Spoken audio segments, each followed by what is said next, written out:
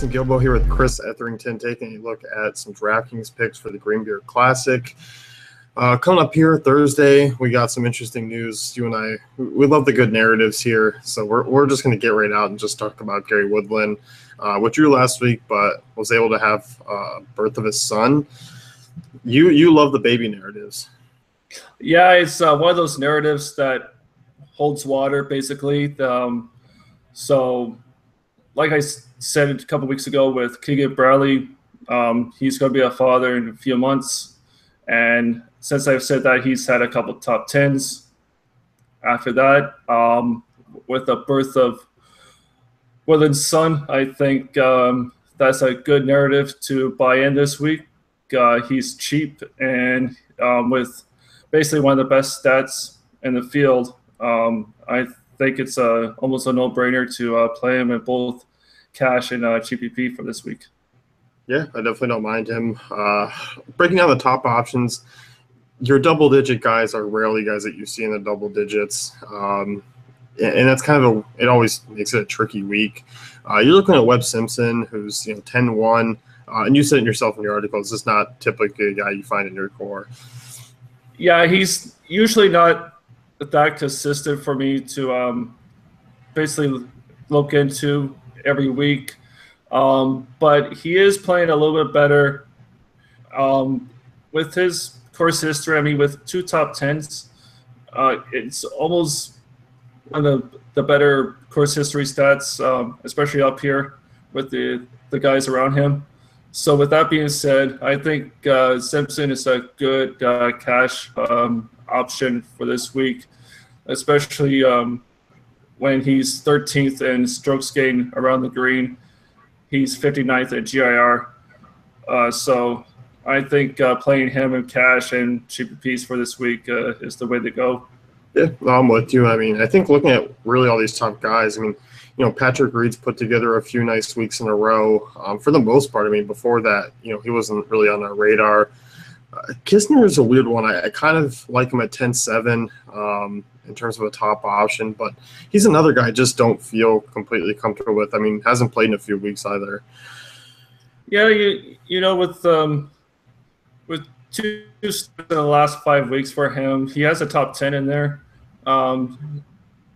That in mind, I think rolling him in tournaments, I don't see him being that popular up here when Phil's right there with Haas, with Simpson. So I think Kisner will be a nice tournament option for this week. His stats overall is really consistent. He's 41st in strokes gained around the green, 48th in GIR, and 47th in birdie better. So when we look at that, I think he's just a fine tournament option. Yeah, I think that's all he kind of lands with me. Anyone else want to talk about up here? I mean, we do have some notable names, like as you mentioned, Phil is there. You do have Dave Lingmerth, who's been playing pretty well. Bubba Watson's up there in price. They should have dropped him down to 7K to at least make people play him. Rising his number isn't going to get anyone to jump on board. No, I understand he's a popular name and everything. And, I mean, with decent course history for him, but that's really the only reason why he's up here. That in the name value with him and Phil. For Phil, I'm just going to wait at least a week to see how he plays with his brother being on the bag. This is the first time that Phil is playing a tournament without Bones, which was his caddy. They broke up last week. I'm not sure what the circumstances are between that, but be that as it may, I just want to see how that relationship with him and his brother will be like for this week. Other than that, I really don't like anyone above 10,000 other than Simpson. I think a lot of that is because, I mean, for me at least, I don't like the lower tier range. Usually there's a couple punts or a couple of guys in the 7K range that I do really like. This week, not so much. Yeah, there's probably 2 guys, maybe 3 guys at the most that I like for this week that's below 7,000. So I'm just going to focus around the 8,000, 9,000 mark. Be more balanced for this week for sure. We'll move down here. I think Daniel, you might be a popular play in that 9,500 range. Come up with a couple of nice starts. But you like Russell Henley, 93. Yeah, he's been really consistent coming into the second half of the season here. I mean, he's basically his stats are very well rounded overall. He's 33rd in birdie or better, 24th in GIR, 76th and strokes gained around the green. I mean, he's only had the one top 30 in his last 3 starts, but I mean, if you look at his course history, he hasn't missed a cut. He has the one top 10 out of the 2 starts that he's played here. So I think with that being said, at 9,300, pairing up him with Simpson is a good start for your cash team for this week. In that range, I mean, it's kind of log jammed because, I mean, there are some popular names there. Tony Finau's another one you like. He's just a guy who, I mean, one, we've talked about him. We've played him consistently this year. He's a guy who he consistently has it. I mean, I think out of the guys that we talked about so far, he's the one I trust the most. Yeah, and for this week, he's ranked number 1 in my spreadsheet overall. He's 10th in birdie or better, 6th in GIR, 51st in strokes gained around the green.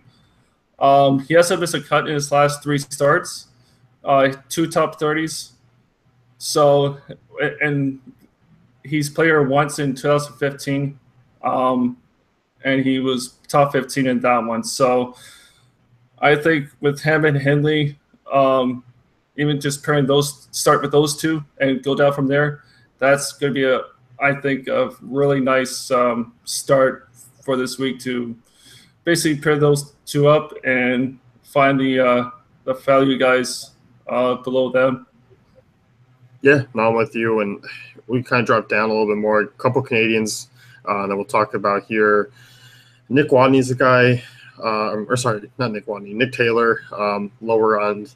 But I kind of want to get your thoughts. I mean, Graham DeLay, 8,400. I don't know. I mean, he scored well a couple of times this year. I kind of like him in tournaments. You were kind of talking me off him as well before the show. So for the viewers. Yeah, I mean, TD Green, he's one of the best. He's 22nd in GIR entering this week. But if he misses green, he's basically dead last in the field. He's ranked 199th for this week. So when you look at that, I mean, he's missed the one cut, but he has a top 10. He has a top 30. And, I mean, Dillette is just – he is so up and down, especially – I mean, if you watch the guy on the greens, it's almost – if he's within 15 feet, it's almost guaranteed that he might miss that putt. He's just very bad right now for his putter. So I think I'm just going to stay away and pick Nick Taylor, who's a lot cheaper at 6,700. He's more consistent. Just slightly better overall in stats that I'm looking for this week.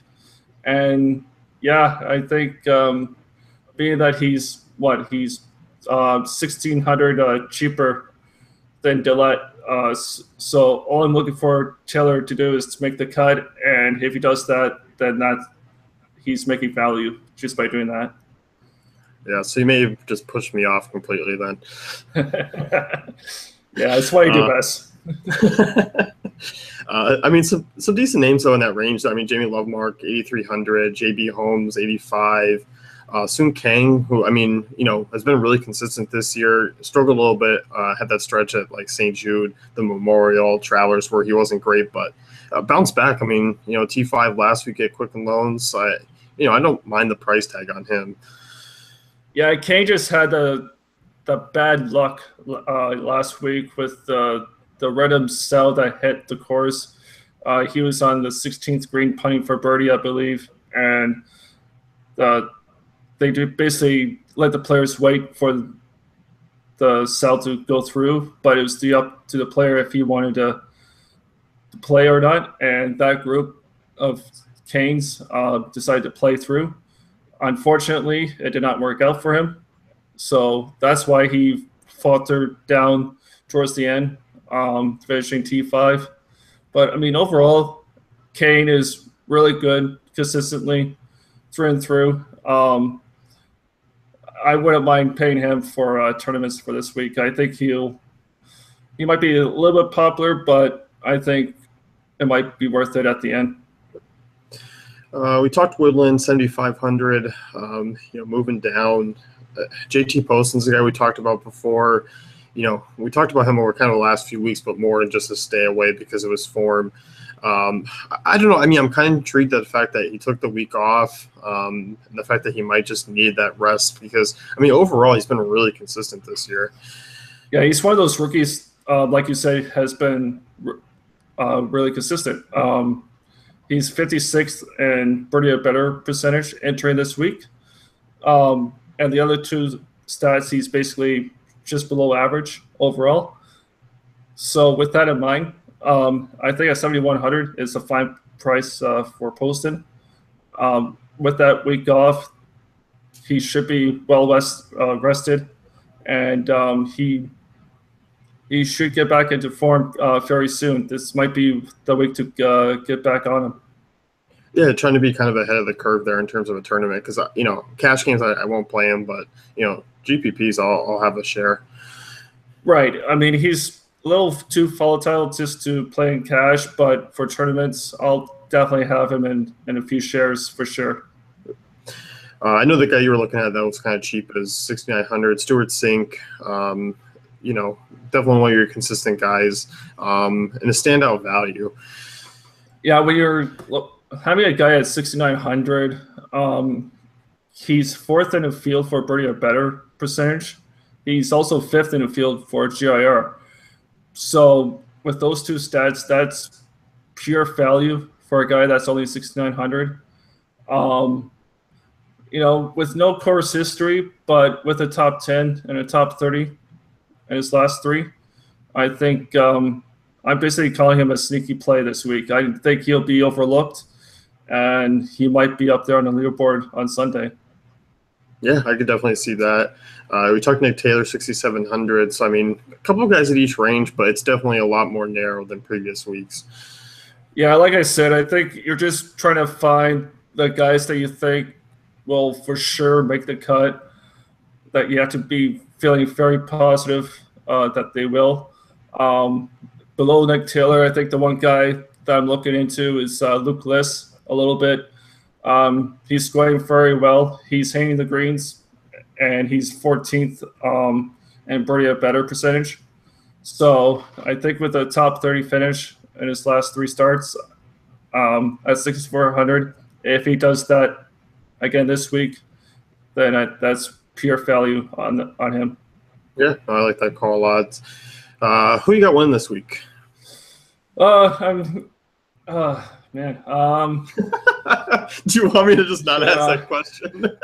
I mean, well, it's the names up here. They're not. You know what? I say Webb Simpson might be that guy that should win this week. He has one of the better stats overall. So I think at 2,100, Webb Simpson might be my guy. All right. I'll go with my guy here. I kind of like Kevin Kistner to win this week. I mean, he's up there, top 5 in odds. I'll ride. I'm not digging deep and just picking someone crazy to win it because I don't believe anyone outside the top 10 is probably going to be winning this one. Yeah, basically just look whoever's in the top 10 in odds, and that might be our guy for this week. Yeah, it's basically a toss-up between all those guys, and then there's everyone else. Exactly. So, that's going to wrap things up here. You can head over to DaveFantasyCafe.com. You can check out Chris's core article for this week, and good luck.